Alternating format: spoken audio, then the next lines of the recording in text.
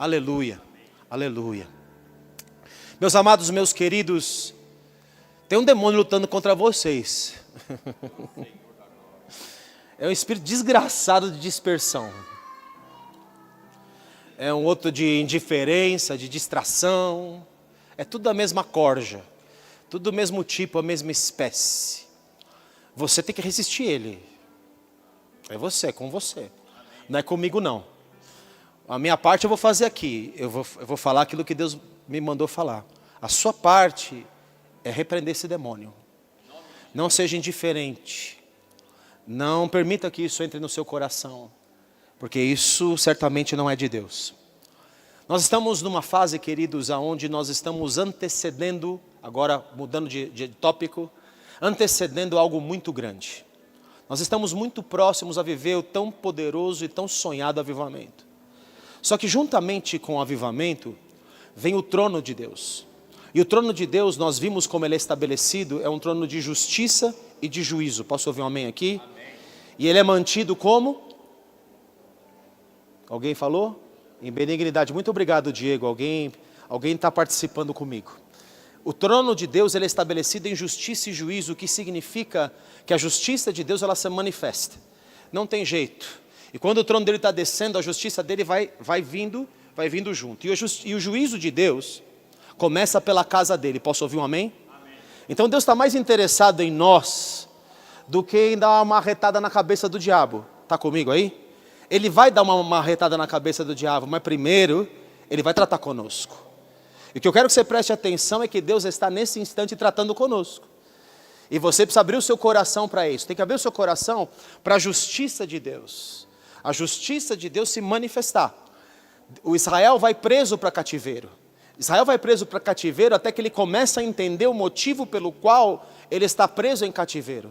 Nós temos que entender que quando as trevas cobrem a terra, quando as coisas estão difíceis, quando o caos é instaurado, eis que sobre nós vai nascendo a sua luz e a glória do Senhor vai nascendo sobre ti. Glória a Deus, queridos. Então, ao mesmo tempo que é um momento de glória, é um momento de acerto de contas. Senão o justo juiz não seria justo, senão a base do seu trono ruiria. Está comigo aqui? Isso acontece, por exemplo, eu vou começar torto aqui, mas depois a gente endireita. Vou começar pelo livro de Isaías, o profeta Isaías, no capítulo de número 47. Aliás, deixa eu pegar um pouquinho antes. Capítulo 45, 44. 44, capítulo 44 de Isaías, versículo de número 21. Diz assim a palavra do Senhor: lembra-te destas coisas, em outras palavras, povo meu, ó Jacó, ó Israel, porquanto és meu servo, eu te formei, tu és meu servo, ó Israel, eu não vou esquecer de ti. Desfaço as tuas transgressões como a névoa e os teus pecados como a nuvem. Torna-te para mim, porque eu sou o seu Goel, eu sou o seu Redentor, eu sou aquele que vem resgatar você da situação na qual você se encontra. Que momento é esse que Isaías está profetizando essa palavra? Ele está profetizando essa palavra logo após do império babilônico que levou Israel cativo para a Babilônia.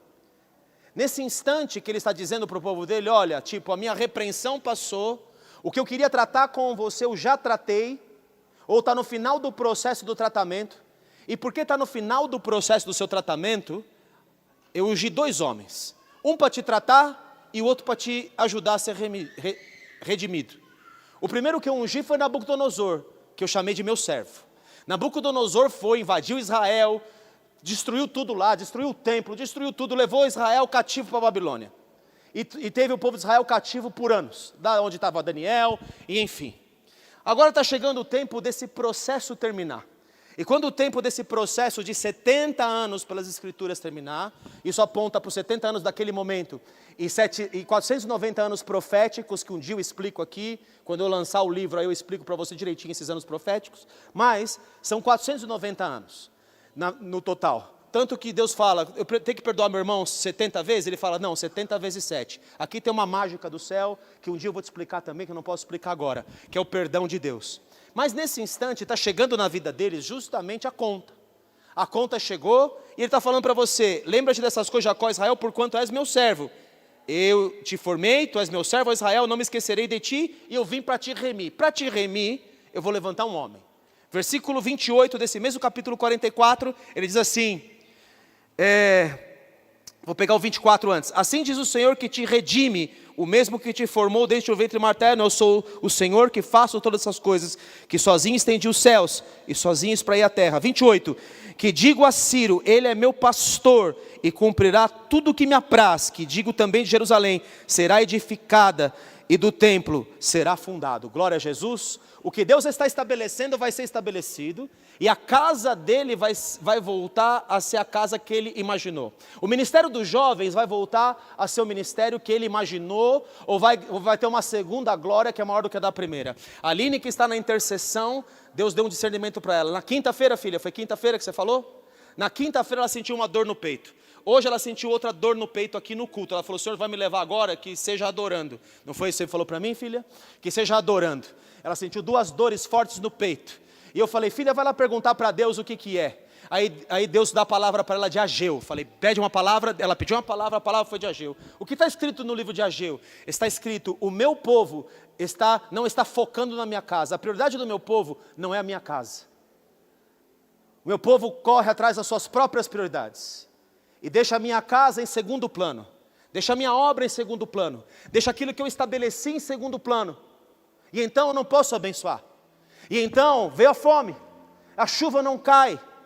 O avivamento não vem. As coisas não acontecem porque o meu povo está com as prioridades erradas. O meu povo está com a prioridade nos seus próprios interesses. E quando ele vem a mim e oferece a sua oferta, eu sopro a sua oferta fora, eu não aceito. Mas, desde esse dia em diante, a minha glória eu vou manifestar nessa casa. Há uma promessa de glória ser manifesta. E ele disse, e isso é para o ministério dos jovens, a glória da última casa dos jovens vai ser maior que a primeira. Todavia eu estou em tempo de justiça com vocês. O meu trono está descendo. Eu estou tratando vocês. Eu vou tratar vocês para ver se vocês estão na habilidade de receber o que eu vou entregar. Eu quero tratar vocês para ver se o avivamento pode vir sobre vocês. O tema dessa mensagem de hoje são os vingadores do sangue.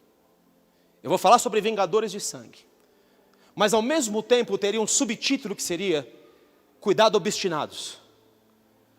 A obstinação para Deus é como o pecado de idolatria. É o que eu quero muito. E eu formo um ídolo no meu coração. E isso que você quer muito e forma um ídolo no seu coração, não está ou não pode estar dentro do templo que Deus vai levantar. A obstinação é como o pecado de idolatria, assim como a rebelião, que vem da obstinação também, é como o pecado de feitiçaria. Rebelião, feitiçaria, obstinação e idolatria. Nós precisamos destruir altares que estão e foram construídos dentro do nosso coração, porque a idolatria de Israel os levou para distante de Deus. O que Israel mais queria, que era o que as nações tinham, os levou para distante de Deus, e eles foram para um cativeiro espiritual, para desse cativeiro serem libertos. Está comigo aí? Só que a marretada vai vir sobre quem está punindo Israel. Então Deus está me prometendo uma coisa aqui nessa noite que eu vou liberar para você já. Nós guerreamos, arrancamos uma mulher aqui desse lugar, por revelação, uma feiticeira. Essa feiticeira destruía igrejas em Alphaville, que não estavam tão bem apercebidos do que estava acontecendo. Não vou nem dizer de maldade, não vou dizer de nada errado, elas só não estavam percebidas de quem estavam lutando, que tinha um principado por trás dessa mulher. Essa mulher foi expulsa. Nós tomamos esse lugar, estabelecemos um trono, e precisamos manter esse trono, só que as guerras não pararam. Agora, uma coisa é você lutar contra o inferno, e a outra coisa é você lutar contra Deus. Eu vou dizer para vocês, a nossa principal luta agora, entre aspas, é com Deus. É você arrancando dentro do seu coração os altares de idolatria, os ídolos, as obstinações. Deus manda um profético falso, em Ezequiel capítulo 14, para profetizar de acordo com os ídolos do coração do povo.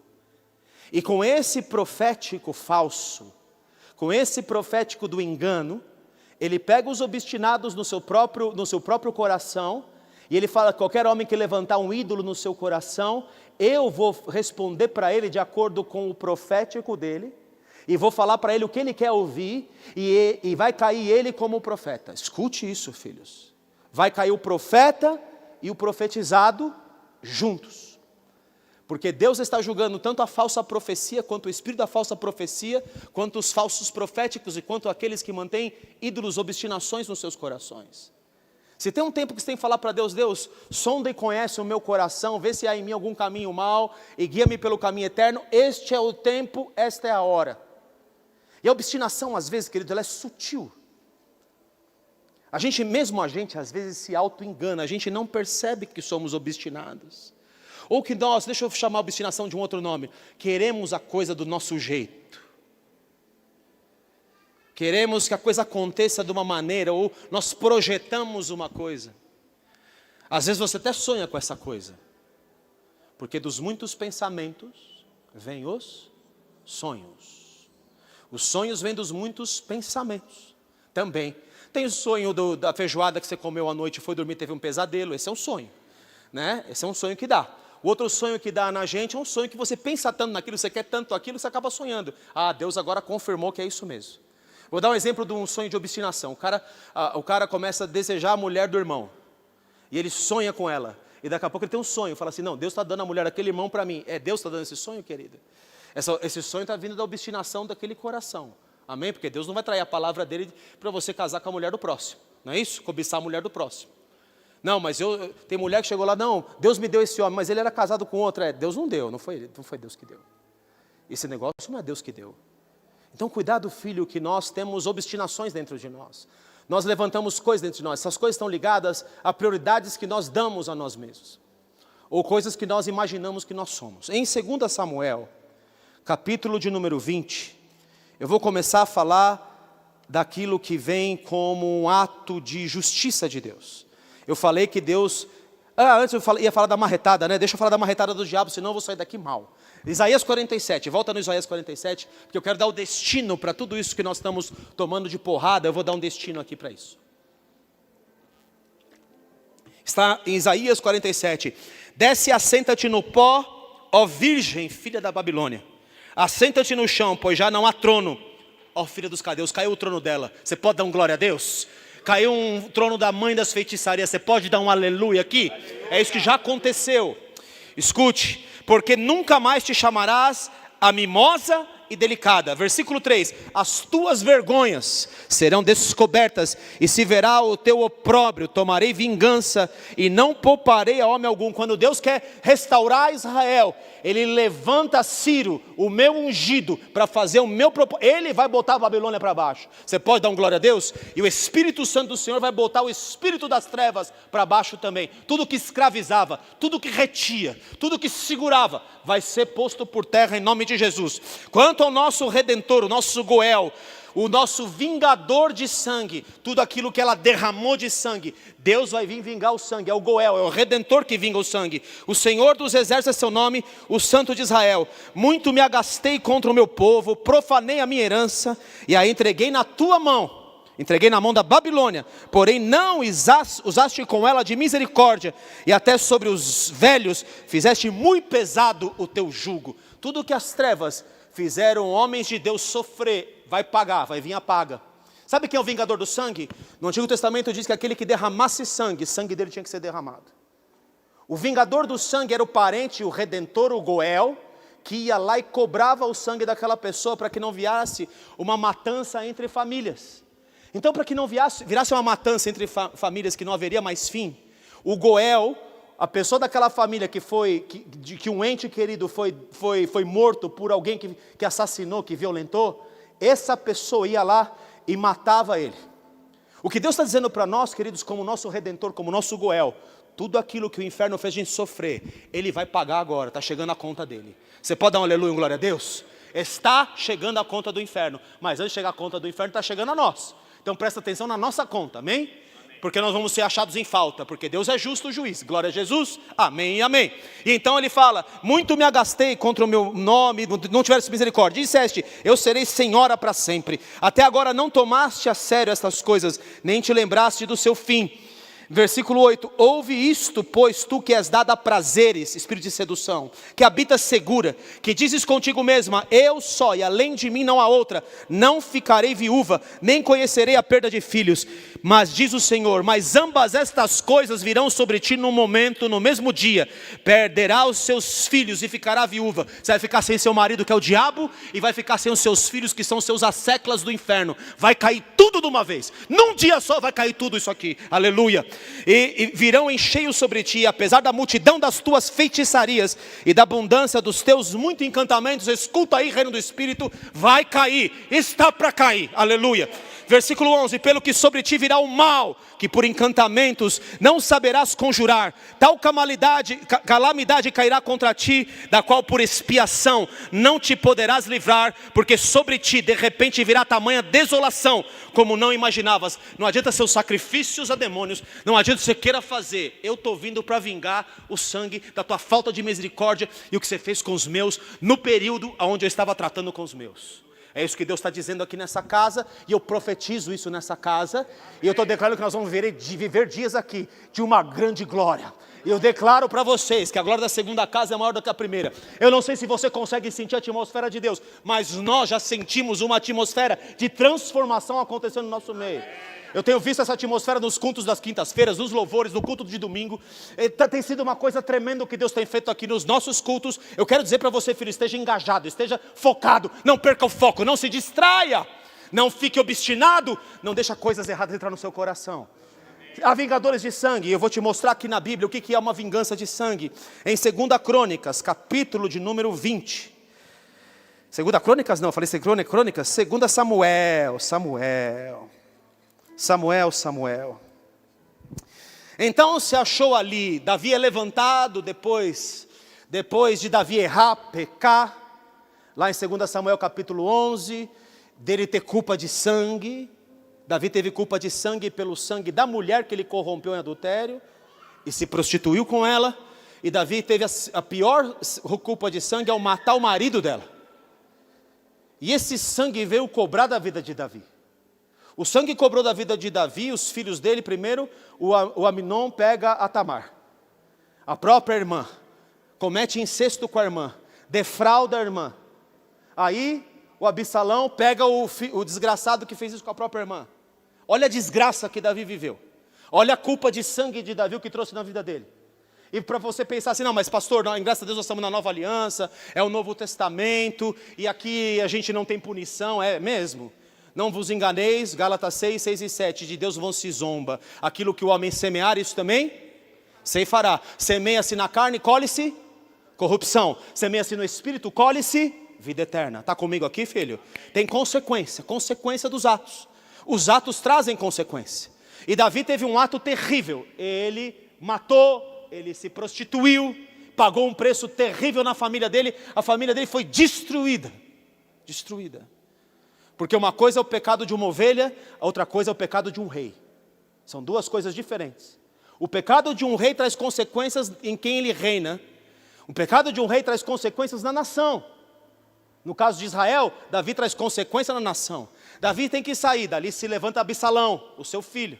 O seu filho trai ele, faz coisas terríveis com ele. Preço. Porque Deus fala para Davi, aquilo que você fez no escondido ali, aquilo que você achou que ninguém ia ver, eu vou fazer na plena luz.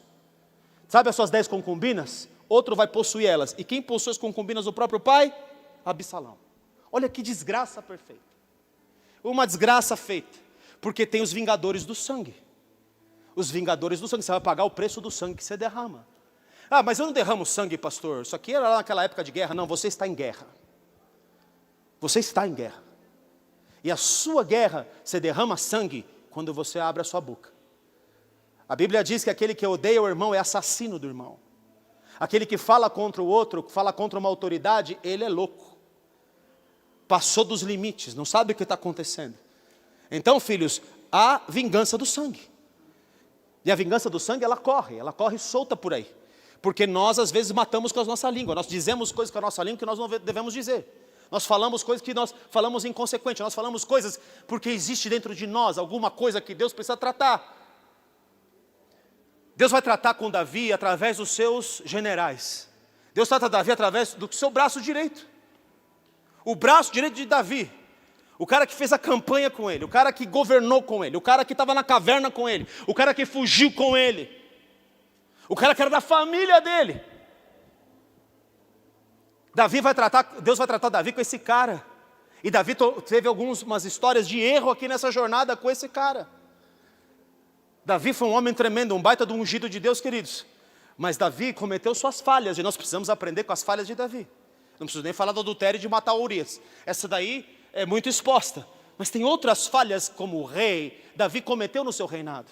E é isso que eu quero chamar a sua atenção nessa noite, filho. Então, depois de passar tudo isso, depois de Davi ser restaurado no trono, que depois de cair Absalão, ele começa a governar em Judá, e aí acontecem outras coisas, tal, até que ele vai chegar nesse ponto do seu reinado, que está em 2 Samuel, capítulo 20. Então se achou ali, por acaso, um homem de Belial, cujo nome era Seba, filho de Bicri, homem de Benjamim, era um benjamita. Para quem não sabe, Judá e Benjamim são as duas tribos que andam juntas, andam conexas. E a própria tribo de Benjamim vai se levantar contra a tribo de Judá, que é a tribo de Davi. E homem de Benjamim, o qual tocou a trombeta e disse: não fazemos parte de Davi, nós estamos nos rebelando contra o rei de Israel, nem temos herança no filho de Jessé, cada um para as suas tendas, ó Israel.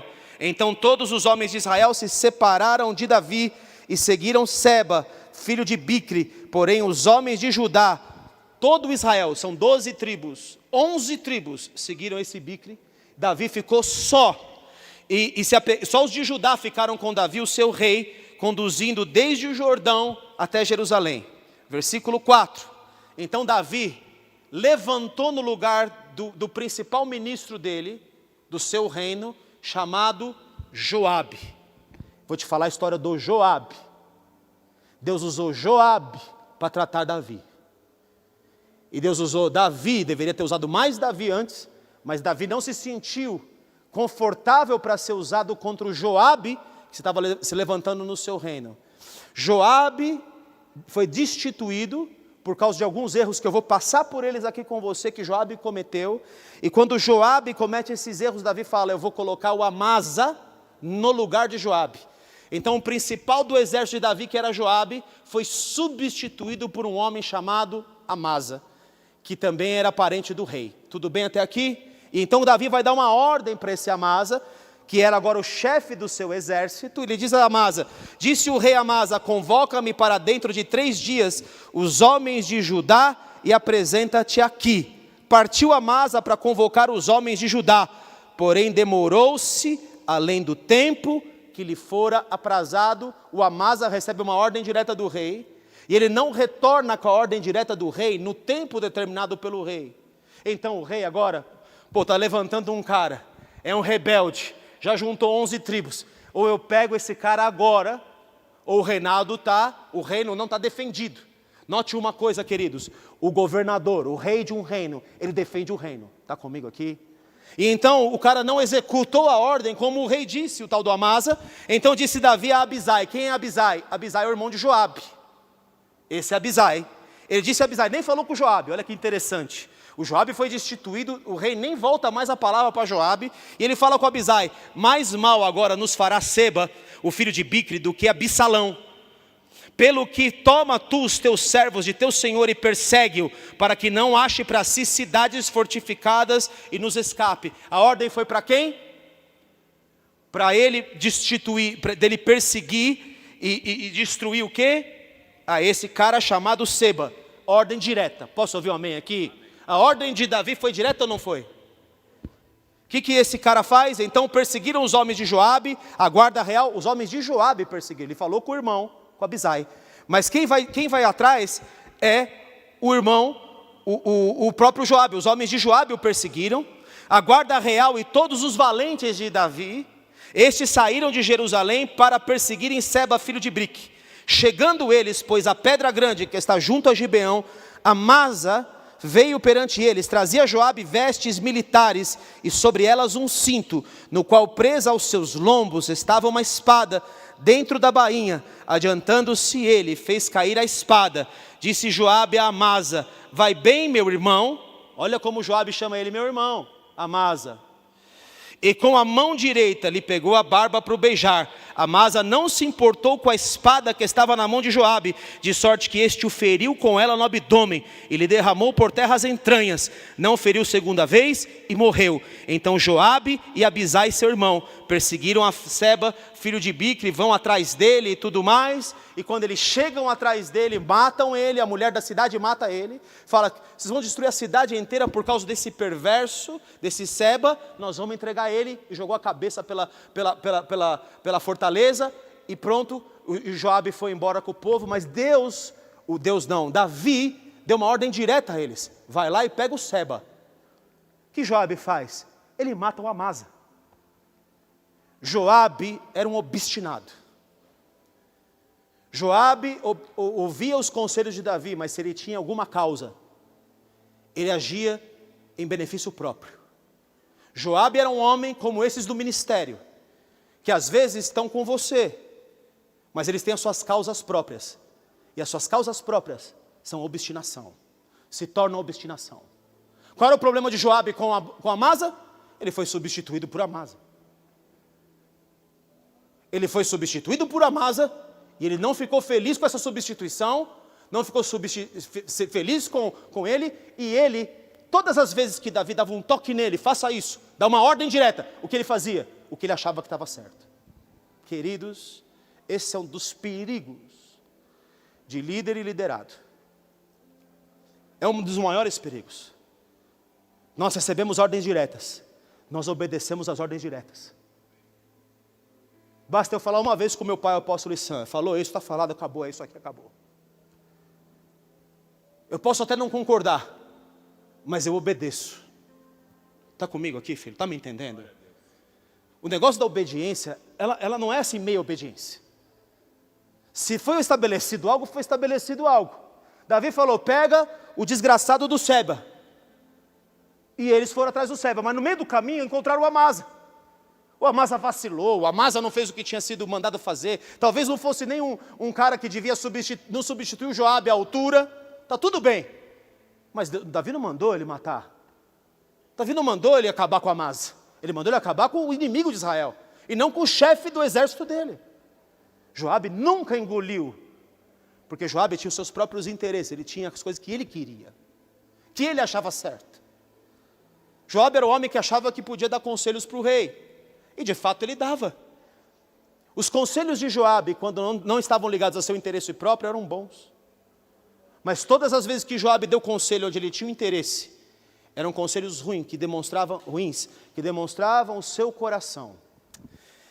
Deus está nos dizendo aqui, filhos, que nós precisamos sondar o nosso coração e avaliar diante de Deus exatamente quais são os nossos interesses. Inclusive os interesses encobertos. Inclusive os interesses encobertos para nós mesmos. Deus estabelece coisas, filhos, e se Deus fica furioso, é quando alguém desobedece a ordem de um rei estabelecido por ele. Aliás, para quem esteve aqui e ouviu o apóstolo, depois eu vou passar para todo mundo o que o apóstolo disse, porque no primeiro momento era só para líderes e pessoas onde estão sendo visualizadas a liderança, mas depois no culto de quinta, eu acho que a pastora avisou e eu também não peguei direito, alguém me perguntou lá no fundo, eu falei, mas não entendi direito o que ela disse. Ela disse, né? Ela estava convidando todo mundo da igreja que pudesse vir. Bom, perderam uma aula muito importante, e o que eu estou pregando em certa forma tem a ver com essa aula, é um outro pedaço, um outro capítulo, é o capítulo da obstinação. Mas queridos, preste muita atenção. A pior coisa, sobre tudo que você deve guardar, guarda o teu coração, porque dele procedem as fontes da vida, e não procedem as fontes da morte. Em 2 Samuel, no capítulo de número 14,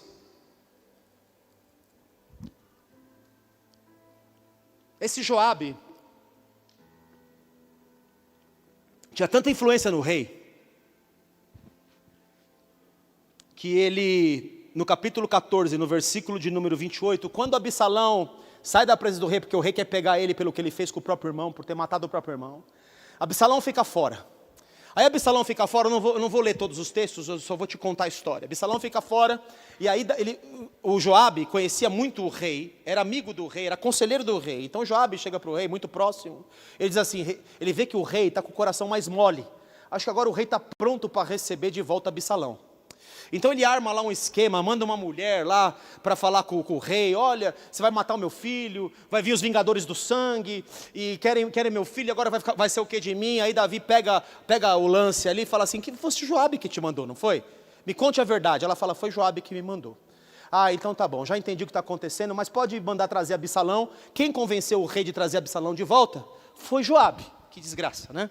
E aí no versículo de número 28 do capítulo 14, tendo ficado Absalão 2 anos em Jerusalém, sem ver a face do rei, então o rei trouxe Absalão de volta, e por 2 anos deu um gelo no Absalão. Absalão, o que você fez? Eu não estou legal com isso ainda, o meu coração está mais maleável, mas eu não estou legal.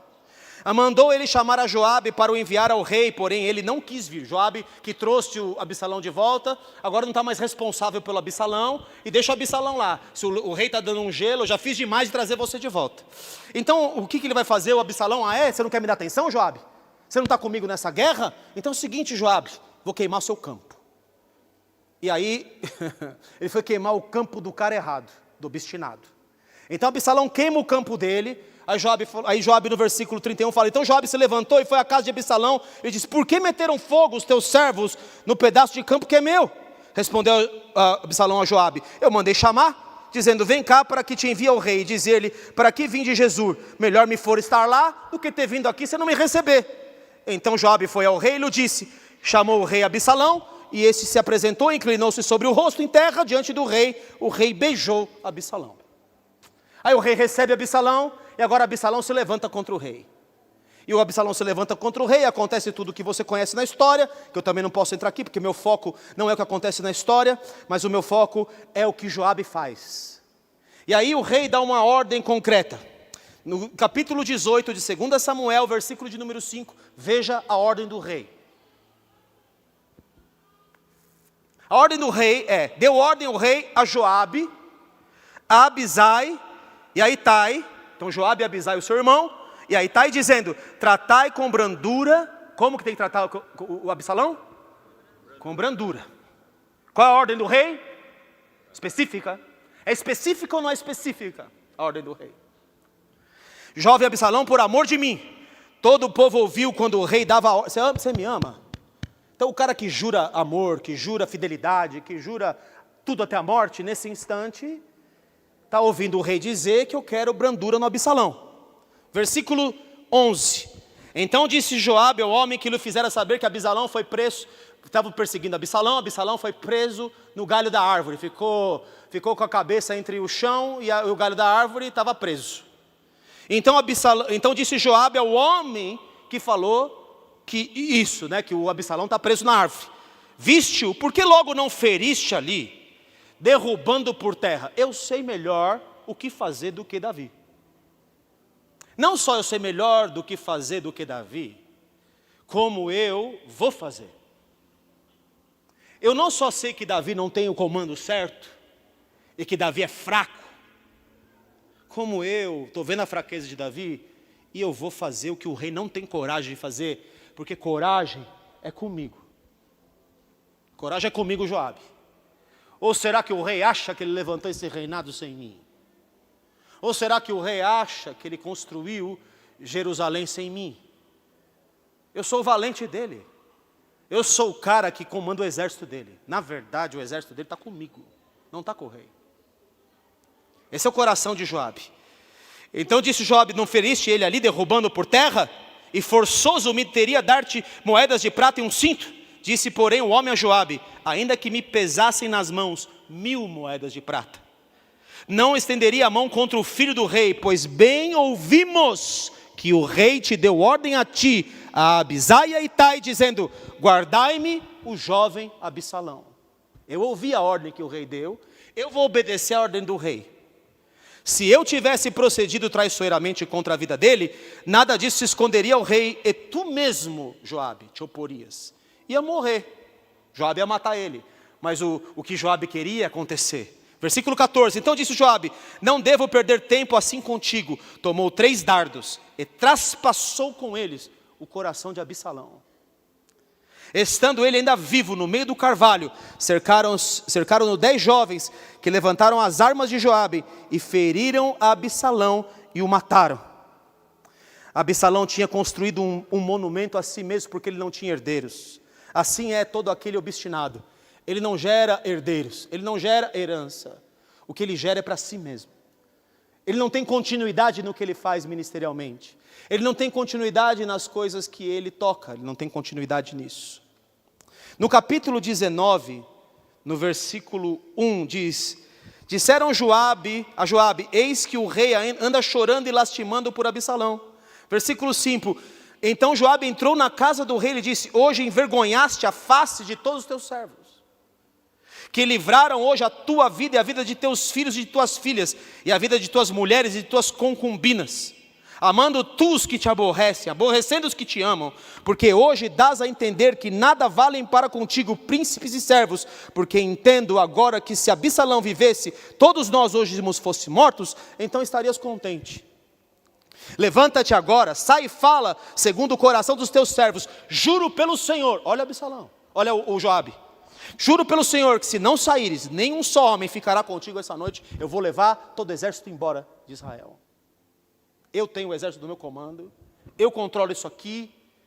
E vai lá e se retrata, viu, rei? Porque se você não se retratar, amanhã ninguém do meu exército está com você. Absalão, versículo 10, a quem ungimos sobre nós já morreu na peleja, agora pois, por que vos calais e não fazeis voltar o rei? Versículo 13, Davi vai se levantar pela primeira vez contra essa rebelião do obstinado Joabe, e ele diz: dizei a Amasa, não és tu meu osso e minha carne? Deus me faça o que lhe aprover, se não vieres a ser para sempre comandante do meu exército em lugar de Joabe. Davi substitui, por isso que ele vai matar o Amasa lá na frente. O Joabe, o obstinado, que fazia o que ele queria. Ele mata o Absalão porque ele achava que o conselho do rei não estava bom. E eu, Joabe, tenho um conselho muito melhor que você, rei.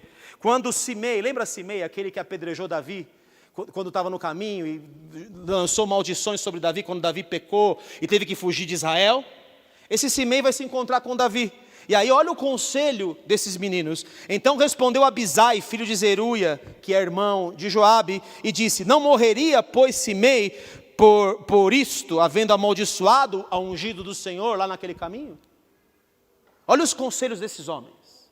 Eles tinham sangue no olho, eles tinham violência. Violência é você não ser humilde para obedecer. Isso é violência. Porém Davi disse: que tenho eu convosco, filhos de Zeruia? Para que hoje me sejas adversários, morreria alguém hoje em Israel? Pois não sei eu que hoje novamente sou rei sobre Israel? O coração de Davi era um coração muito tremendo diante de Deus. 2 Samuel capítulo 2, não começou aí a história. Porque aqui você pode falar: Davi caiu, e esses homens estão vendo a fraqueza de Davi. Joabe está vendo a fraqueza de Davi, está entrando no lugar onde Davi é fraco. E Davi tinha suas fraquezas. E diria que para você que a pior delas era tolerar Joabe. Desde o primeiro dia. Joabe se levantou com Davi desde o primeiro momento. Desde a unção de Davi. Nós vimos o preço que foi a unção de Davi. Davi teve um preço profundo para ser levantado rei. Toda aquela perseguição. Tudo aquilo que aconteceu com ele. Aí ele é reconhecido rei. Olha o que acontece. Em 2 Samuel capítulo 2, versículo de número 8. Abner era o rei, o comandante do exército de Saul. Tudo bem aqui? Quando Saul estava contra Davi, Abner era o comandante do exército de Saul. E Abner, filho de Ner, capitão do exército de Saul, tomou a Isbosete, filho de Saul, e o fez passar a Manaim. Ele vai dar o reino daquilo que Davi não estava governando. Davi estava governando sobre Judá. Ele vai dar o reino de todo Israel, que são 12 tribos, e mais a tribo de Benjamim, a qual Saul pertencia, ou seja, 11 das 12 tribos. Abner vai colocar na mão de Isbosete. E o constituiu rei sobre Gileade, sobre os Assuritas, sobre Jezreel, que é lá no norte de Israel, Efraim, todo Efraim, Benjamim, que é a tribo ao lado de Judá, e sobre todo Israel. Todo Israel servia a Abner. Olha como era poderoso o comandante do exército. Olha como era poderoso o segundo do rei. Era muito poderoso. E da idade de 40 anos, era Isbosete, filho de Saul, quando começou a reinar sobre Israel, e reinou 2 anos. Somente a casa de Judá, só uma tribo, seguia Davi. O tempo que Davi reinou em Hebrom, sobre a casa de Judá, foram 7 anos e 6 meses. 7 anos e 6 meses. Saiu Abner, filho de Ner, com os homens de Isbosete, filho de Saul, de Maanaim a Gibeão. Saíram também Joabe, filho de Zeruia, os homens de Davi, e se encontraram uns com os outros perto do açude de Gibeão. E então os homens de Abner se encontraram, o capitão do exército de Isbosete, que era o que veio ali de Saul, junto com os homens de Davi, o capitão do exército de Davi, que era Joabe, e os filhos de Zeruia. E eles vão guerrear. No versículo 17... seguiu-se crua peleja naquele dia, porém Abner e os homens de Israel foram derrotados diante dos homens de Davi. Versículo 18, estavam ali os 3 filhos de Zeruia, Joabe, Abisai e Azael. Azael estava lá também. Então a gente só viu até agora Joabe e Abisai, agora nós estamos vendo a vida de Azael. E Azael era ligeiro de pés, como gazela selvagem. E o Azael vai seguindo Abner, que é do exército inimigo. E ele já tinha feito tombar muitos do Israel. E o Azael vai seguindo o Abner fala, desvia para lá, passa reto, eu não quero pegar você. E ele fala, não, e continua seguindo ele, era muito rápido e continuou seguindo. E o Abner fala para ele, não, vai para o outro lado, meu irmão, eu não quero matar você. Eu não quero fazer nada contra você, eu não quero esse erro de sangue. Como que eu vou falar com o seu irmão Joabe depois? O que eu vou fazer? Ele não desvia. E aí Abner crava ele no meio e mata ele, ele cai no chão. E aí o Joabe com o Abner fala para o Joabe, até quando nós vamos ficar perseguindo um outro aqui? Vamos parar com esse negócio, nós somos irmãos, vamos ficar guerreando, até quando? Por que nós estamos fazendo essa loucura em Israel? Por que nós estamos dividindo Israel? Não vamos fazer isso. E o Joabe concorda com Abner, e eles param a peleja, param a guerra ali. No capítulo 3, no versículo 6, o Abner, ele é confrontado por Isbosete, porque Abner pegou a concubina de Saul. Saul estava morto, Abner pegou a concubina do Saul e queria ela. Ela é livre, ela é viúva, eu posso ter alguma coisa com ela. O Isbosete não gostou. Só que o Isbosete tinha medo do Abner, porque o Abner era um guerreiro. Então o Isbosete fala para ele, fala assim, olha, até hoje eu coloquei todas as tribos na sua mão. Só que é o seguinte, a partir de agora acabou o nosso pacto, e a partir de agora eu vou para Davi. Todo o povo deseja ter Davi como rei, eu vou dar as 11 tribos na mão de Davi. É o que o Abner faz. E no versículo 6, havendo guerra entre a casa de Saul e a casa de Davi, Abner se fez poderoso na casa de Saul. Teve Saul uma concubina, cujo nome era Rispa, essa história que eu estou te contando, blá, blá, blá, blá, blá, blá. Então, versículo 12, da sua parte ordenou Abner, mensageiros a Davi, dizendo, de quem é a terra? Faze comigo aliança, e eu te ajudarei em fazer passar-se a ti todo Israel. Eu coloco Israel na tua mão, que foi o que eu disse. Respondeu Davi, bem, eu farei aliança contigo, porém uma coisa eu exijo, quando vieres a mim, não me verás a minha face, se primeiro não trouxeres Mical, porque eu casei com ela, eu venci 100 filisteus por ela, e tomaram Mical de mim. E ela vem, o marido vem chorando atrás, o Abner, pode ficar aí, não vem chorando aqui não, e entrega Mical de volta a Davi. No versículo 19, da mesma sorte falou também Abner aos ouvidos de Benjamim, e foi ainda dizer a Davi em Hebrom, tudo que me agradava a Israel, e a toda a casa de Benjamim. Veio Abner ter com Davi em Hebrom, e 20 homens com ele. Davi ofereceu um banquete a Abner, e aos homens que com ele vieram. Então disse Abner a Davi, levantar-me-ei, irei para juntar todo Israel ao rei, meu senhor, para fazerem aliança contigo. Tu reinarás sobre tudo que desejar a tua alma. Assim despediu Davi a Abner, e ele se foi em paz. Então Davi fez um pacto com Abner, e esse pacto foi estabelecido de governo sobre todo Israel. Um pacto diplomático. E um pacto de ter um chefe de guerra, agora como o meu. Muito bem. Versículo 22. Eis que os servos de Davi e Joabe vieram e deu uma investida e traziam consigo grande despojo. Abner, porém, já não estava com Davi em Hebrom, porque este o havia despedido e ele se fora em paz. Chegando, pois, Joabe a toda a tropa que vinha com ele, disseram-lhe, Abner, filho de Ner, veio ter com o rei, o qual o despediu, e ele se foi em paz. Estou questionando a sua aliança, rei. Então Joabe foi ao rei e disse: que fizeste? Eis que Abner veio ter contigo, como pois o despedistes, indo-se ele livremente? Como é que você foi fazer isso? Como você foi permitir que o Abner fosse livre, rei? Que papo é esse? Bem conheces Abner, filho de Ner, veio para enganar-te, tomar conhecimento de tuas empresas e sondar todos os seus planos. Retirando-se Joabe de Davi, enviou mensageiros após Abner e o fizeram voltar desde os postos de Sira, sem que Davi o soubesse. Ele agia nas costas de Davi. Davi não sabia. Tornando assim é todo aquele que faz suas obras no oculto. Assim é todo aquele que acha que as suas obras não vêm à luz. É isso que acontece. Aquilo que você fala em trevas será publicado dos eirados. Aquilo que a gente fala no interior da casa, as palavras de sangue que nós derramamos, serão publicadas dos telhados. Não adianta, queridos, de Deus não se zomba. E quando a justiça dele está entrando, a justiça dele vai entrar. Por isso que eu estou falando, hoje é dia de anistia.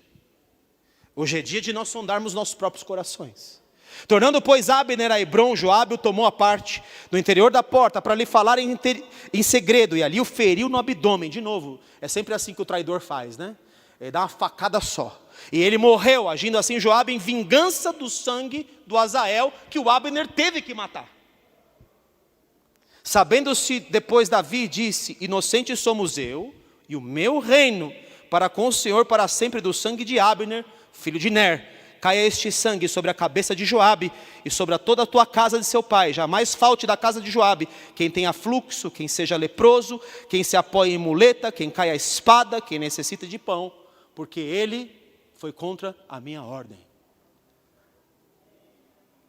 Joabe, pois, e seu irmão Abisai mataram Abner por ter morto seu irmão. Era preço de vingança. Sua obstinação era porque ele tinha algo pessoal que ele tinha que resolver. E não importava o que o rei dizia, porque o meu pessoal, a minha obstinação, fala mais alto do que o comando do rei.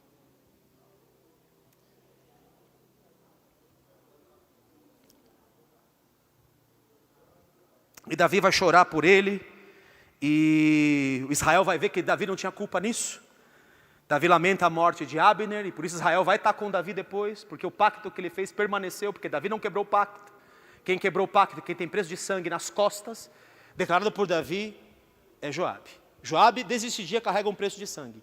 Só que, o que me chama a atenção, e aqui que eu vou encerrar essa parte de Joabe, é o versículo 38, que diz: então disse o rei a seus homens: não sabeis que hoje caiu em Israel um príncipe e um grande homem? Davi estava se referindo a Abner.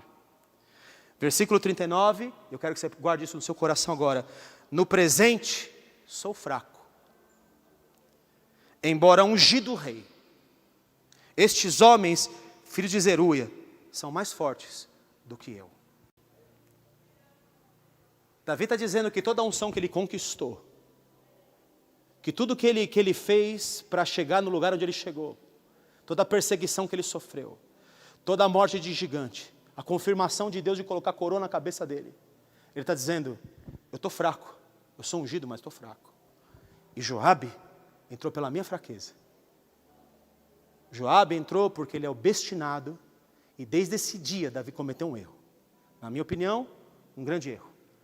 Ele cometeu o erro, e talvez não tenha sido um erro, porque eu nunca fui estadista, e Davi era um estadista. Davi sabe o seguinte: se eu depuser Joabe agora, ele sai de mim com todo o exército. E ele vai vir para me destruir.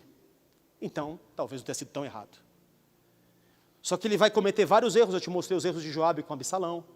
Eu te mostrei os erros de Joabe, depois Davi destitui ele, porque ele desobedece o rei ao matar Absalão. Ele bota o Amasa no lugar. Depois Amasa não performa, ele manda o Joabe lá. Joabe é o cara que vai pôr Davi atrás do Urias.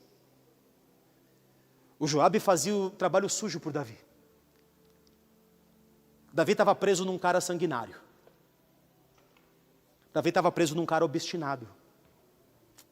Davi estava preso num rebelde, num desobediente. Davi estava preso num cara que tinha ídolos no seu coração e que tinha um governo próprio. E isso me ensina que eu não posso ser preso a ninguém.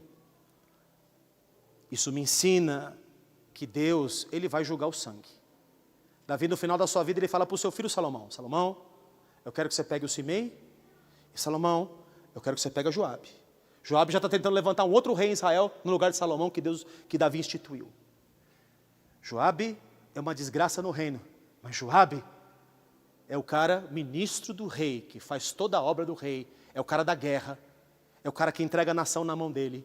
Por isso que ele diz, os filhos de Zeruia são mais fortes do que eu, mesmo sendo ungido pelo Senhor. Isso é uma coisa para a gente pensar, mas lá no fim, o pecado do sangue vai cobrar o Joabe. E ele vai ter que morrer pelas mãos do filho de Davi, da herança de Davi, de Salomão. Voltando no capítulo 20 ali, do 2 Samuel, no 21, na verdade, tem uma outra história, que é uma história de sangue também.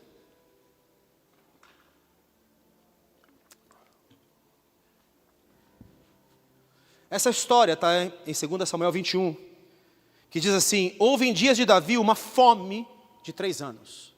Diga, Deus às vezes fala através do caos. A gente acha que é só a gente ter fé e avançar. Mas tem preços no reino do Espírito que nós precisamos acertar. Ainda mais quando a justiça de Deus está para se manifestar.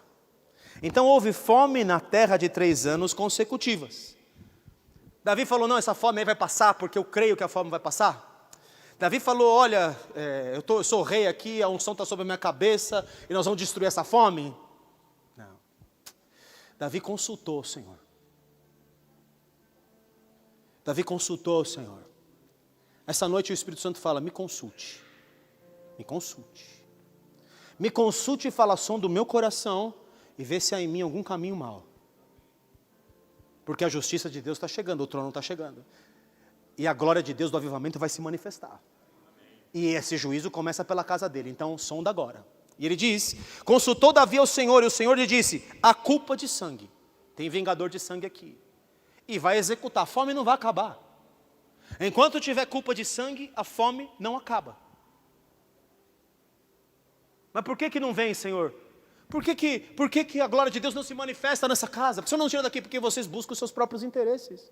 Vocês estão construindo casas apaineladas para vocês. E a minha casa está esquecida, o meu propósito está esquecido, o meu reino está esquecido, a sua missão está esquecida. Você tem ambição própria. Você tem missão própria, Joabe. Enquanto você tiver missão própria, você não está na missão do meu reino. O reino é estabelecido com os alicerces do reino do céu. E aí, a culpa de sangue sobre Saul e sobre a sua casa, porque ele matou os gibeonitas. Saul já estava morto, Saul fez tudo errado. Davi não tem nada a ver com isso.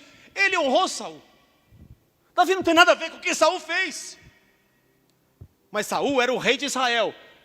E o preço do erro do homem que destruiu, quebrou o pacto de sangue, está agora sobre a vida de Davi. Então chamou o rei os gibeonitas e lhes falou, quem é gibeonitas, querido? Não sei se vocês lembram da história, mas Josué está indo possuir a terra da promessa. Quando ele está no caminho, vem aqueles vestidos de farrapo e de pão embolorado, e chegam diante dele e falam assim, olha, ô Josué, nós viemos de longe, une a gente ao seu exército. Esses são os gibeonitas. E Josué não consulta a Deus, vai lá e faz aliança com os gibeonitas. Então agora ele não podia mais matar os gibeonitas, porque ele fez pacto de sangue com eles. A Bíblia, querida, ela é construída em pacto de sangue. Nós quebramos alianças porque nós não sabemos a força de um pacto. Não sabemos a força de um pacto. Não construímos a nossa vida em cima de pacto. Os casamentos se dissolvem porque não temos pacto. Não sabemos a força do pacto. E ele diz aqui, perguntou Davi aos gibeonitas, que quereis que eu vos faça? E que resgate vos darei para que abençoeis a herança do Senhor? Então os gibeonitas lhe disseram, não queremos prata nem ouro, não queremos dinheiro. Que nossa questão é com Saul e com sua casa, nem tampouco pretendemos matar pessoa alguma em Israel. Disse Davi, que é, pois, que quereis que vos faça? Responderam ao rei, quanto ao homem que nos destruiu e procurou que fôssemos assolados, sem que pudéssemos substituir em limite algum Israel, de seus filhos, se nos deem 7 homens, para que os enforquemos. Eles queriam o preço do sangue, somos vingadores de sangue, somos os goéus do pacto que você tem comigo, Israel, e que você negou o pacto comigo. Por causa disso, nós viemos cobrar o preço do sangue. Davi ainda vai livrar Mefibosete pela aliança. Olha como Davi conhecia pacto. Ele vai livrar o Mefibosete por causa de Jonatas, que ele fez um pacto de sangue. Ele vai livrar o Mefibosete, mas vai entregar 7 na mão dele, porque o preço do sangue tem que ser pago. É 1 por 7. Estão comigo, filhos? O pacto não se quebra. O pacto não se distorce. O reino não se divide. O propósito não é mais ou menos. O que nós lutamos por avivamento aqui não é mais ou menos. A nossa vida está empenhada nisso, nossos recursos estão empenhados nisso. Tudo que nós somos, nossa família, nossa casa, nossos bens, eu estou empenhado nisso. Eu tenho parte nisso. Você tem que entender, filho, que nós estamos num pacto. Se você entende que você está no impacto, você não fica esmorecido. Ai, meu Deus, o que será da minha vida? Ai, mas e as minhas coisas? Ai, meu chamado. O que é seu chamado? O seu chamado só nasceu aqui. O seu chamado parte daqui. É daqui que vem o seu chamado. É daqui que vem o meu chamado. Eu já te expliquei isso 1 milhão de vezes. Eu já expliquei para você o preço que eu paguei nisso. Você conhece a minha história. Pelo amor de Deus, será que vai ter que ter uma outra história para a gente entender? Será que temos que ter outra história? Estou terminando a mensagem, muito rápido, de flash hoje. Lucas capítulo de número 11. Davi teve que acomodar Joabe no reino dele. Eu não vou acomodar Joabe não. Que o Senhor me dê graça. Porque na verdade o meu perfil é outro, eu destruo logo. E eu aprendi com Deus que eu não posso destruir logo. Eu tenho que ir para outro extremo. O Senhor me equilibra de outra forma. Eu queria pegar um aqui, graças a Deus não está mais aqui, então eu posso falar. Eu queria pegar um aqui, porque ele era líder de uma frente minha aqui. E o rapaz não aparecia nem para liderar o grupo dele. E eu tinha alguns filhos que falavam assim, mas pastor, todos nós estamos engajados com o senhor, mas cadê aquele fulano? Eu falei, filho, eu entendi a sua dúvida, não descobri o meu líder, meu liderado. Falei, entendi sua dúvida, deixa comigo. E eu queria ir na jugular desse cidadão, porque esse é meu perfil. E meu perfil que teve que ser amoldado por Deus. Todas as vezes que eu queria arrancar a cabeça dele, do Joabe, do que falava de mim por trás, do que se levantava aqui, todas as vezes que eu quis arrancar a cabeça dele, Deus falava para mim, misericórdia, filho. Longanimidade, filho. Anda mais 1 milha, filho. E eu andei milhas e milhas. Eu não sei nem quantas milhas eu andei com ele. Eu estava com ele por aqui. A esposa desse homem me afrontou na minha cara. Se levantou em rebelião. E você não sabe o que eu queria fazer, filho. Porque meu perfil é outro. Eu engoli. E Deus falava, longanimidade, filho. Longanimidade. Eu falei, só se for a sua, Senhor. Porque a minha já foi faz tempo com esse cara. Então na sua eu quero andar. Me ensina, Senhor. E aí eu desisti do rapaz.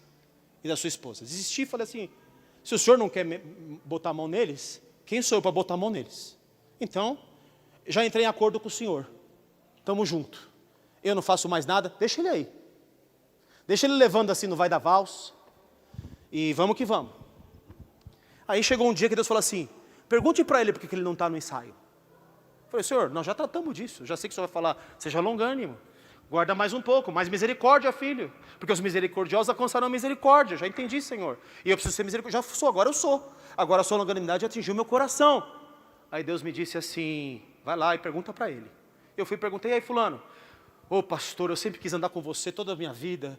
Eu andei por uns caminhos errados aí, mas eu quero andar com você. Amanhã você vai ver, eu estou junto. Eu falei, é mesmo? Puxa, que bom. Eu falei, é por isso que Deus mandou eu falar com ele. Aí chegou o dia seguinte. Vamos tomar um café, pastor? Opa, é agora. Agora ele vai vir junto, vai vir com tudo. E é uma pessoa de grande potencial no reino do Espírito. Super grande potencial. E eu sentei com ele no café, e tudo que ele me disse no dia anterior, ele desfez no dia seguinte, depois que ele falou com a esposa. E aí eu vi que estava governado. Eu falei, então seja homem. E você mesmo faz o que você quer fazer. Vai lá e faz o que a sua obstinação te mandou fazer. Vai lá, meu. Resolve a sua vida. Não fica andando para trás. Eu falei para ele, você aceitaria um liderado como você? Perguntei para ele. Não aceitaria, pastor. Eu falei, então não se aceite. Então resolva a sua vida. E ele foi lá na apóstola e resolveu a vida dele. Deus falou para mim assim, naquele dia antes do café, eu hoje passei dele. Um dia antes, Deus deu uma oportunidade, um dia depois eu passei. E eu falei, mas Senhor, e agora? Eu fui clamar por ele, que nem Jeremias. Ele falou, agora acabou, eu que não quero. Às vezes a gente acha que as coisas estão indo na flauta. Mas Deus é muito sério. Eu estou contando isso por quê para você, filhos? Porque eu estou dizendo para você, a primeira coisa, eu não governo segundo o que eu acho. Porque se fosse segundo o que eu acho, já não tinha mais Joabe. Segunda coisa, graças a Deus por isso. Porque ele é muito mais sábio do que eu, ele sabe muito mais do que eu. A minha parte é manter meu coração centrado em Deus. Essa é a minha parte. Agora Deus, filho, fala tudo para o profeta. Ele fala conosco. E glória a Deus por isso. E nós temos que ser Jeremias. Na dúvida, ame. Na dúvida, se entregue. Na dúvida, perdoe. Na dúvida, seja misericordioso. É isso que nós devemos fazer. Lucas capítulo de número 11. Caminhando para o final da mensagem.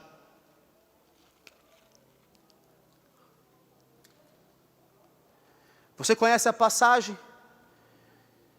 Jesus está expulsando os demônios. Os fariseus que se opunham a Jesus, obstinados pelo templo, obstinados pelas cadeiras, obstinados pelo acesso a Roma, obstinados pela vida que tinham antes de Jesus chegar. Esses fariseus estão dizendo que ele expulsa os demônios por Belzebu, o príncipe dos demônios. E sabendo ele que se lhe passava pelo Espírito, disse-lhes: todo o reino dividido contra si mesmo ficará deserto, e casa sobre casa cairá. Se também Satanás estiver dividido contra si mesmo, como subsistirá o seu reino? Isto porque dizeis que eu expulso os demônios por Belzebu. Então o Senhor Jesus está dizendo que o reino dividido não prospera, nem o nosso prospera. Amém, irmãos? Por isso nós não podemos ter sentimento de Joabe nos nossos corações. O reino dividido não prospera. Mas graças a Deus você chegou até aqui. Então eu entendo e creio que você que está comigo até aqui, até hoje, e chegou até aqui, nós somos aqueles que vão herdar a terra. Nós somos aqueles que vão ver avivamento. Estamos na época do fino ajuste. Tudo bem? Você aguenta o fino ajuste? Você aguenta? Eu estou aguentando paulada aqui. Você aguenta também? Eu estou vendo aquilo que é injusto em mim, e eu estou falando: Senhor, então trabalha aquilo que é injusto em mim, e torna isso que é injusto em mim justo. Amém? Faça a mesma coisa. Porque nós vamos exercer um trono, que é um trono de justiça e juízo. E esse trono de justiça e juízo, ele vai ter pecado de sangue, ele vai cobrar. Vai ter palavra contrária, ele vai cobrar. Vai ter feitiçaria, ele vai cobrar. Vai ter obstinação, ele vai cobrar. O que é o seu coração? Porque aí, seu coração pegar, Ananias e Safira queriam o quê? A honra que teve José e Barnabé. Eles queriam aquela honra. O homem foi exaltado em todo Israel. O homem foi aclamado quando ele deu o seu terreno, deu tudo que ele tinha ali na obra. Falaram assim: nossa, o cara fez um negócio maravilhoso. Israel inteiro está falando desse homem que entregou aos pés dos apóstolos um terreno, uma propriedade, para que ninguém tenha falta, nobre. Então na sexta-feira vamos fazer a mesma coisa, só que é o seguinte: segura um pedacinho do dinheiro aqui, não adianta, querido. Toda obstinação, toda idolatria, a hora que tem o trono de justiça e juízo estabelecido, não vai sobrar. Não vai sobrar. Por isso arruma agora, antes de chegar o avivamento. Porque na hora que chegar o avivamento não tem mais tempo. E uma vacilada pegou a arca, mas não posso deixar a arca cair, é usar eu. Não posso deixar a arca cair. A arca vai cair no chão? Não, claro que não, vamos segurar a arca. Não, segurou a arca, querido, fulminado. Eu estou trabalhando com você em linguagem de avivamento. Estou trabalhando com você em linguagem de justiça e juízo estabelecido. E estou dizendo para você que preço de sangue não é tolerado. Posso ouvir um amém? Amém. Lucas, então ele diz que o reino dividido não prospera, nós não podemos ter divergência de opinião. Ele diz que nós temos que ter, em Filipenses capítulo 2, versículos 4, ali diz que nós temos que ter todos o mesmo pensamento. Todos o mesmo pensar. Posso ouvir um amém aqui? Amém. Todos o mesmo pensar? Amém. Se Davi falar, nós obedecemos? Amém. E se os Davi menores falarem, vocês também obedecemos? Amém. Então vamos junto. E ele fala aqui, no versículo 29, como afluísse as multidões, passou Jesus a dizer: esta é a geração perversa, pede sinal, mas nenhum sinal lhe será dado, senão de Jonas. Porque assim como Jonas foi sinal para os ninivitas, o Filho do Homem será para essa geração. A rainha do sul se levantará no juízo com os homens dessa geração e os condenará, porque veio dos confins da terra para ouvir a sabedoria de Salomão. E eis aqui, Jesus está falando sobre ele, aqui que está quem é maior do que Salomão. Ninivitas se levantarão, que se arrependeram no dia do juízo com esta geração, e a condenarão, porque se arrependeram com a pregação de Jonas. E eis aqui quem é maior do que Jonas. O Senhor Jesus está ensinando uma coisa para nós, que nós temos que ter o sinal de Jonas. O sinal de Jonas é que ele está em desobediência contumaz à ordem de Deus. Ele está obstinado porque ele quer fugir da presença de Deus. Ele está indo longe de Deus porque ele sabe que Deus é misericordioso, ele quer ir para o outro canto, porque ele sabe que um profeta que profetiza e a coisa não acontece, morre. E ele sabe que a bondade de Deus e a misericórdia de Deus precedem, ou triunfam, ou governam sobre o juízo de Deus. Porque no final do dia, Deus quer ser misericordioso. Posso ouvir amém aqui, queridos? Só que qual é o sinal de Jonas? Ele está no caminho errado, fala, me joga no mar. Ele vai no mar e a Bíblia diz que ele foi até o Hades.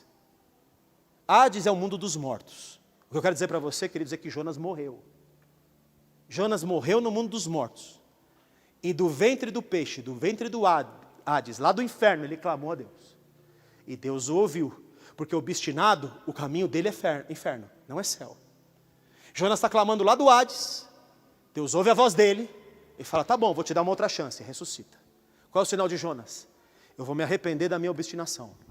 Esse é sinal que Deus quer deixar para nós.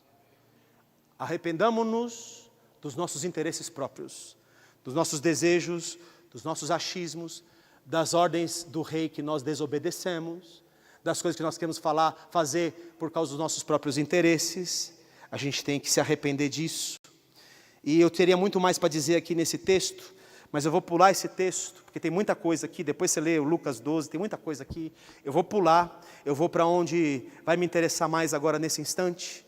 Eu quero ir para João 21, 18. Vou encerrar em 2 ou 3 versículos, tá bom? João 21. Pedro negou Jesus. Você já conhece essa história, você sabe que é uma das histórias preferidas. O apóstolo gosta de falar do Gideão, e eu gosto de falar do João. João 21 já preguei para você 1 milhão de vezes, né? E sempre tem uma coisa nova que Deus fala comigo sobre ele, e eu gosto muito de ouvir sobre João. E João 21, João negou Jesus. Pedro negou Jesus, desculpa, eu gosto de falar de Pedro e João. Pedro negou Jesus, fez o que fez lá, falou, não conheço ele, não sei quem ele é, nunca fui dele, e eu nego tudo dele. É o que Pedro faz, Pedro nega. Jesus vai atrás dele, Jesus cura ele com amor, dizendo a ele, se você me ama, você apacenta as minhas ovelhas. A chance de Pedro, o Pedro obstinado. Por que Pedro era obstinado? Porque ele falou assim, todo mundo pode negar o Senhor, eu não nego. Comigo não. E Jesus fala para ele, olha, o diabo pediu para te peneirar, e antes que o galo cante, você vai me negar 3 vezes. Em vez de Pedro se dobrar no chão e falar, eu não, Senhor, pelo amor de Deus, o que eu fiz de errado? Me perdoa aqui, Senhor Jesus. Ele não faz isso, porque Pedro é obstinado de coração. A sua obstinação é o orgulho. É o que ele acha que ele é. Não é à toa que no momento anterior ele ouviu a voz do céu, do Pai, e agora ele acha que ele pode ensinar Jesus.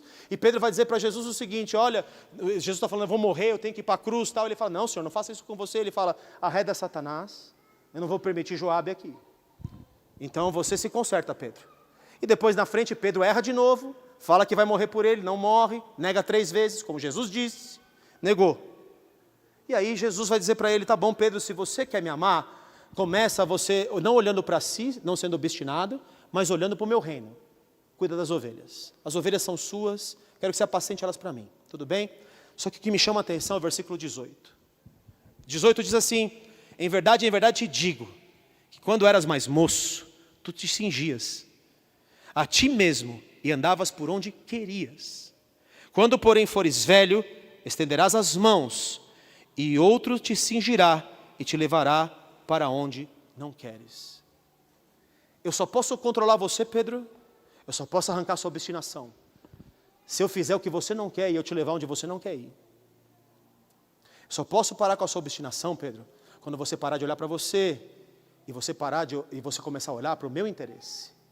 Então, Pedro, começa a apacentar as minhas ovelhas. É isso que eu preciso de você. Nós sabemos muito bem que Pedro foi curado por Jesus aqui, pelo Senhor Jesus. O Senhor Jesus curou Pedro. Pedro tinha um buraco no coração dele muito grande, do tamanho que só o Senhor Jesus podia preencher. Em Atos capítulo 1, no versículo de número 15, o Senhor Jesus está dizendo para eles, fiquem em Jerusalém, até que do alto sejais revestidos de poder. Porque aconteceu algo aqui. Eu preciso derramar meu espírito. Eu quero derramar o meu avivamento. Só que antes de ter um avivamento, eu preciso ter altares. E os altares têm que estar certinhos. Os altares não pode estar faltando nem um pedacinho no meu altar. Escute isso. Não pode estar faltando um pedaço. É interessante que tinham 11 pedras nesse altar. Uma pedra, tinha rejeitado o altar. Um deles. Pentecoste não vem sem 12 pedras. O relógio do Espírito, ele não anda se a engrenagem não estiver completa. O relógio do Espírito se faz com 12. São 12 as horas do dia, é o que ele fala, o Senhor Jesus fala na época de Lázaro, e são 12 as horas da noite. Quem anda de dia não tropeça, quem anda de noite tropeça.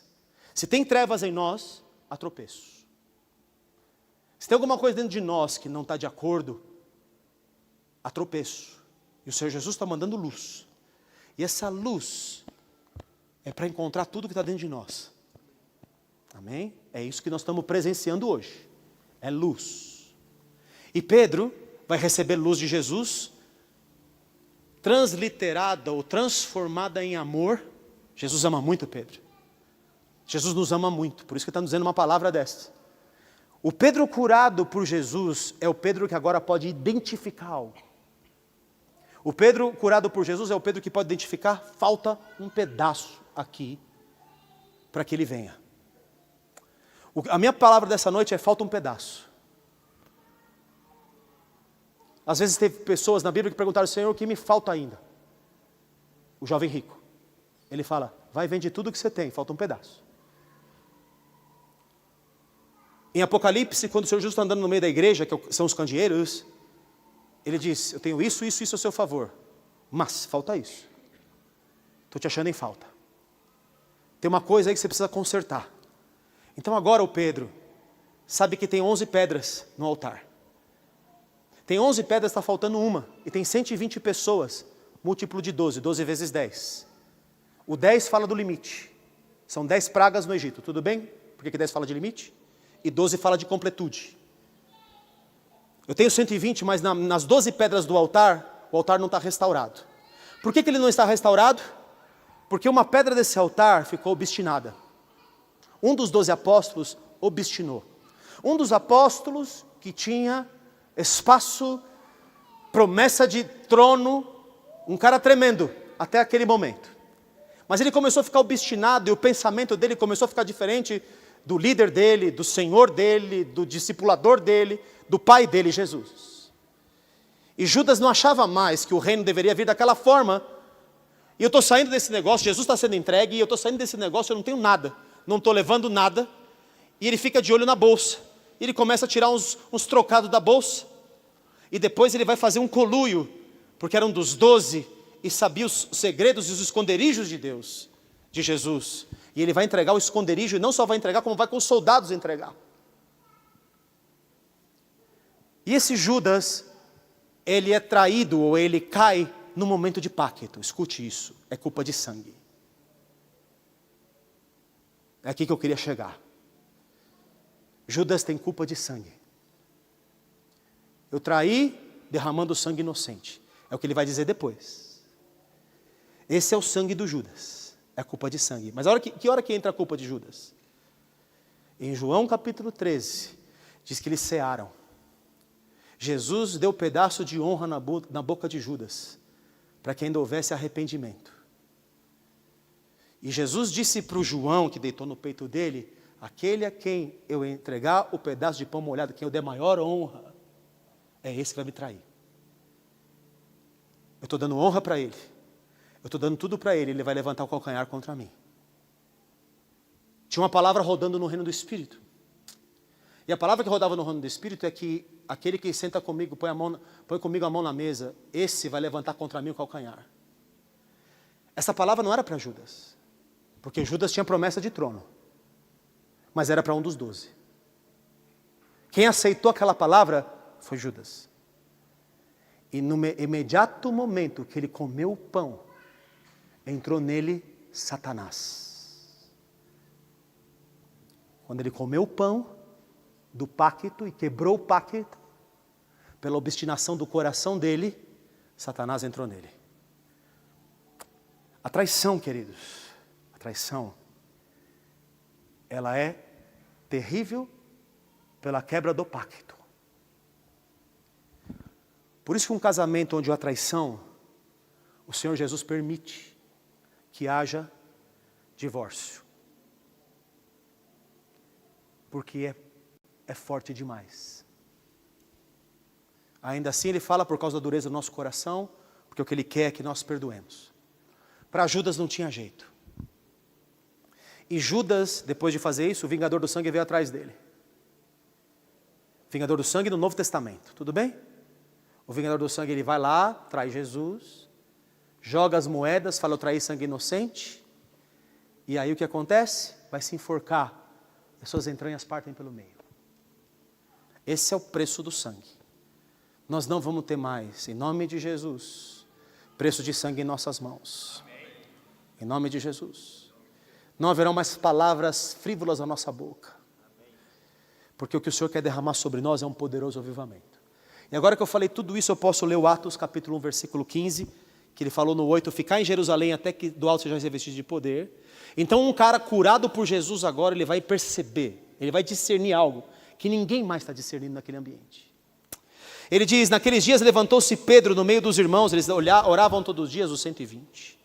Ora, compunha-se a assembleia de umas 120 pessoas e disse: irmãos, convinha que se cumprisse a escritura que o Espírito Santo proferiu anteriormente por boca de Davi acerca de Judas, que foi o guia daqueles que prenderam Jesus, porque ele era contado entre nós e teve parte neste ministério. É o Joabe de Jesus. Ora, este homem adquiriu um campo com o preço da iniquidade.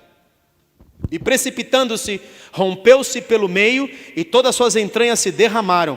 E isto chegou ao conhecimento de todos os habitantes de Jerusalém, de maneira que em sua própria língua esse campo era chamado Aceldamá, isto é, campo de sangue. Traiu o pacto de sangue. Porque está escrito no livro dos Salmos: fique deserta a sua morada, e não haja quem nela habite. Isso aqui é revelação da palavra que Deus deu a Pedro curado. E tome outro o seu encargo. Tira o Joabe, coloca o Amasa. Tira o Judas, coloca o Matias. Quando o relógio da terra é alinhado ao relógio do céu, de repente veio do alto um vento, um som como de um vento impetuoso, e encheu o lugar, e o grande avivamento caiu na casa. Glória a Deus. Nós precisamos alinhar os altares. Essa noite é noite de alinhar altar. Essa noite é noite da justiça do céu prevalecer a nós. Essa noite é noite de nós entregarmos os nossos corações e falar: Senhor, sonda aqui, eu não quero nada de obstinação dentro de mim. Se tem uma obstinação, arranca agora de mim. Tinha uma coisa que esses dias estava já acabei, impressionando, sobre um sentido de justiça meu. Eu queria muito uma justiça. E então eu tive uma conversa. E nessa conversa, uma palavra, aplacou toda a injustiça dentro de mim. E agora a obstinação do meu coração sumiu. Porque a minha obstinação era por justiça. E Deus falou: deixa comigo. Eu vou julgar todas as causas. É comigo. Eu não quero cair no crivo de Deus, de ser julgado por Ele, embora Ele possa me julgar. Eu quero que nessa noite, querido, todos nós, a começar de mim, olhemos para dentro do nosso coração. Amém, meus filhos? Esse é meu convite a você, porque um grande avivamento está vindo. E o juízo por essa casa já começou. Se você tem um sentimento de fome, de escassez, de coisas travadas, de tudo que possa estar acontecendo com você, eu não sei o que está acontecendo com você. São nos momentos de crise que homens tomam decisões erradas. A crise vem para nos apertar, para nos espremer, para nos pressionar. Nós somos apertados por Deus. Nossa resposta nessas horas de crise, elas são fundamento para aquilo que virá. Amém, meus filhos? É isso que nós precisamos prestar atenção. Como nós estamos respondendo em tempos de crise. O que está saindo dos nossos lábios? O que sai do nosso lábio é a obstinação do nosso coração ou está correto diante de Deus? Vamos louvar o Senhor. Curva suas cabeças. Fala com o Espírito Santo. Nessa noite, em nome de Jesus.